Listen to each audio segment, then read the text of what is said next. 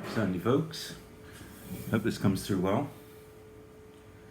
So it's been ages since I've done a video, and I wanted to do a little lunchboxing thing.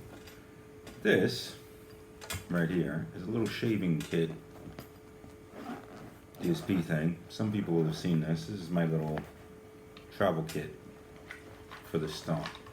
I wanted to kind of go through what I've been doing. So, eye controller R. Tiny little 4-button MIDI switcher with a wah, battery powered, sits on the floor, you can chuck it anywhere, and this can talk wirelessly back to the stomp. Interesting point. I've been using this with the stomp for ages, and something I'm really looking forward to is integrating that and that. The WAZAs here are my default summertime thing. I guess that's what I want to discuss with this video is I've packed away my Helix for the summer. Packed away, it's in a bag. It comes out, it goes back in, whatever. But right now I'm kind of on the road and this is my default sound. I've been thinking a lot about that. What happens with this default sound? If you take the situation where we're in now, where I'm speaking to the microphone and my voice is reflecting off all the walls in this little office, it creates a sound. This also creates a sound, which is kind of false, but it's a cool kind of false. It's using, what's the word for it? Phasing, quadraphonic phasing, all that sort of stuff, you know, where you can direct the sound here so that the sound coming out of here is a virtual speaker out here in front of you. Twist your head, the speaker stays there. And that's pretty wicked. And the way that most people would normally use this thing is plug it into the guitar, set up a preset on here with your stuff, and you have a mono rig in a 3D space. And you can add on to that drums in stereo over Bluetooth, and it doesn't make a difference if there's latency or not via audio Bluetooth. How can I explain that better? Say you play in YouTube. There's going to be a X number of millisecond delay over Bluetooth, which is why we can't use Bluetooth as a reproductive method for the guitar. Latency across this is a lot less. This would be, you know, the WL20, same as a G10, 2.4 gigahertz signal, and off you go. So, audio in, real-time sound, slight delay on Bluetooth sound, but you have an enclosed space. And what's been running through my head of late is really, how could you take advantage of that? Or what exactly is that space? If you think about it, when I'm setting up a PA system, I'm looking to control not just the flatness of the system, which is kind of where you have a bass line. How would I explain this? We're talking about two different bass lines. If you think about an audio reproductive system, you get a DJ or something, you want your PA system to be flat so that what the DJ hears at home is what the DJ hears here. What the guitarist hears there is what the guitarist hears here-ish. Kind of. And that would sort of be half of the equation. The other half of the equation is the reflections and the acoustics of the environment in which you're in, which to me is really interesting. Where I'm here at work, I'm covering a large field, and there's a distinctive delay between what comes out of the speakers at this side of the field and what comes out of the speakers at this side of the field. The DJ is over here. I want to delay the front so that the sound that arrives at the rear comes at the same time, and you hear a homogeneous, uniform sound. Something that's not always easy depending on the acoustics of the environment you're in. So that got me thinking. that's a controlled system, or any pair of stereo headphones is kind of a controlled system. But there's a big difference. If I'm running, any other set of headphones in here, I've got a beautiful stereo field and display, but it's sort of missing the phasing. It feels right here. Beautifully detailed, crisp and clear, but I really want it out here in front of me, or back there behind me, or off to the left or off to the right. So for me, it's a big question, a big thought, and something I've had a lot of trouble, I think, explaining. What if, for people in the WAZA Air group, there are 1,200 of us, 1,300 of us, has built thousands of these things all over the world. Could this be a new reference point? If you're in a community and you're trying to discuss a pedal, be it a stomp, be it a clone, be it a whatever, delay, can you feed that into a controlled atmosphere and then finally really be talking apples and apples? Stompy here, a little lunchbox that would be powered by battery. So that goes on the floor. This here can sit up on the desk, and I can play and program and do stuff and twiddle and mod and do all that kind of stuff. But essentially, that is what I want for a summer rig. And the experiments that I've been doing of late have all been to do with analog pedals versus helix pedals. Not really a versus thing, but more of a how can you expand your acoustical knowledge, your ear knowledge, such that, like playing a guitar, this all becomes ingrained in your memory, where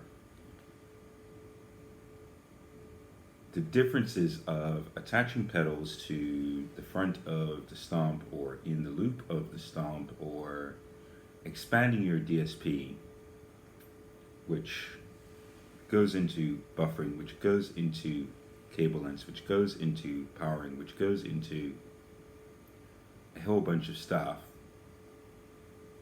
This summer, I guess, what I'm really trying to do is break out of the paradigm of the helix world alone and introduce analog stuff, or introduce multiple digital things and see exactly what happens, and build my own picture up mentally as to what can you live with, what can't you live with, what can you get away with, what can't you get away with.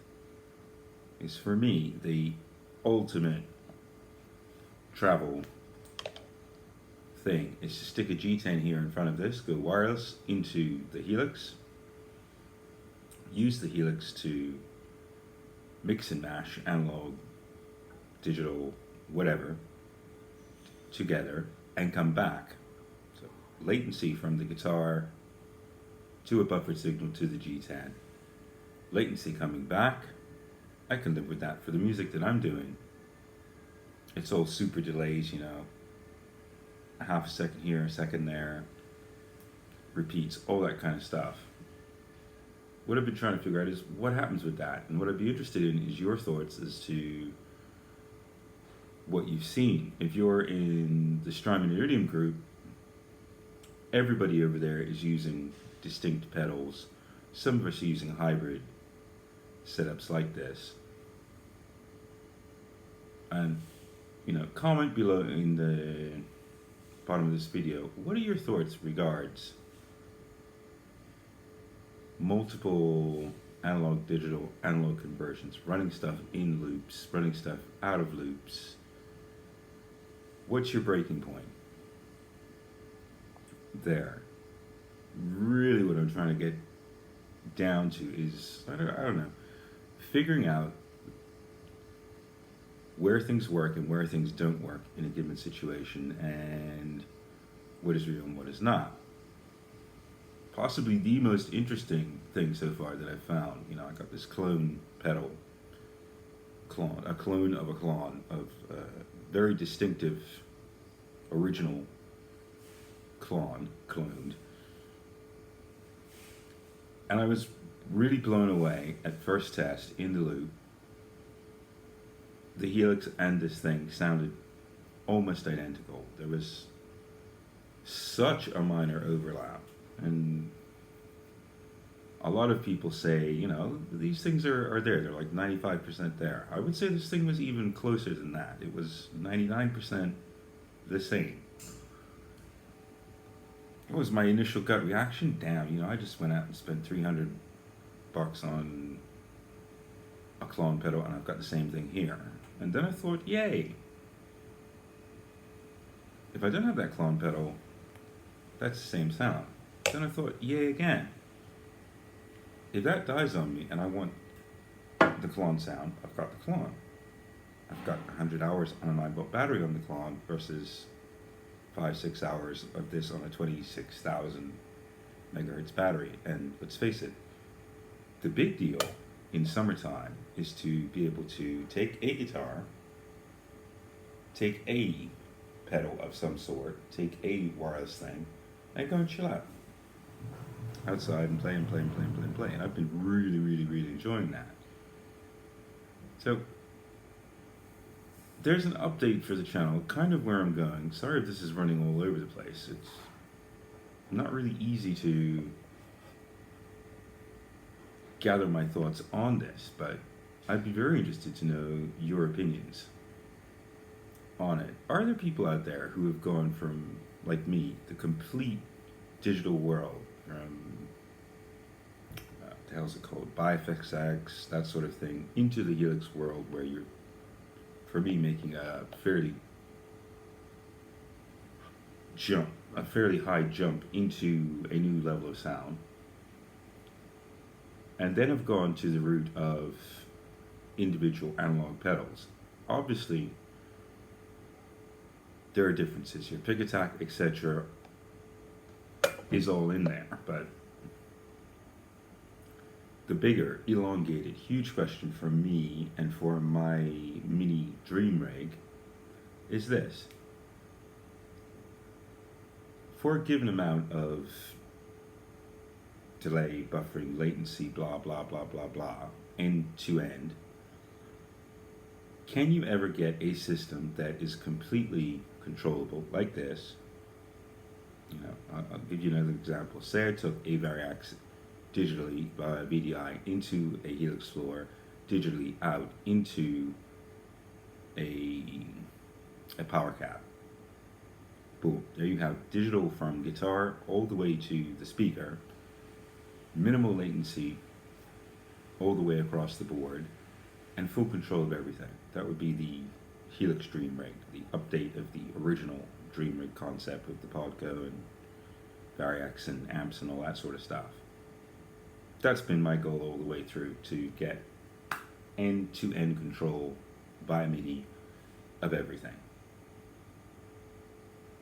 Can it get any better? Can this sort of thing replicate the same thing? Can the use of a controlled environment like this add something over and above? Can I clarify that in any way? Take your big Helix Dream Rig, thousands of bucks worth of stuff. You have absolutely no control over the acoustics. So if you and I are talking apples to apples, and we both have a Variax 2 power cab setup, what we're comparing is never going to be the same, because I'm in a room that's, I don't know, so many meters by so many meters by so high, with so many windows, and the acoustics are going to be different from whatever you're doing, unless they're all treated.